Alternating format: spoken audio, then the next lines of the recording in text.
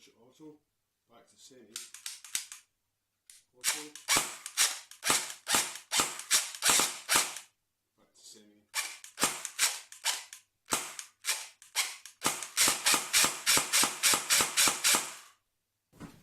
So frustrating.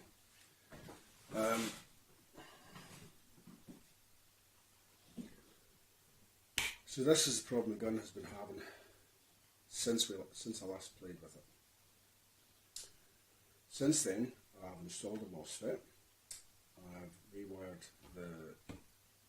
basically I've rewired everything when I've installed the MOSFET. I've rewired the motor contacts several times.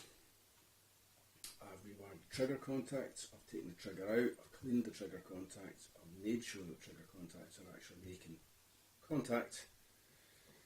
I've rebuilt the gearbox multiple times, made sure the nozzle is moving in and out. I'm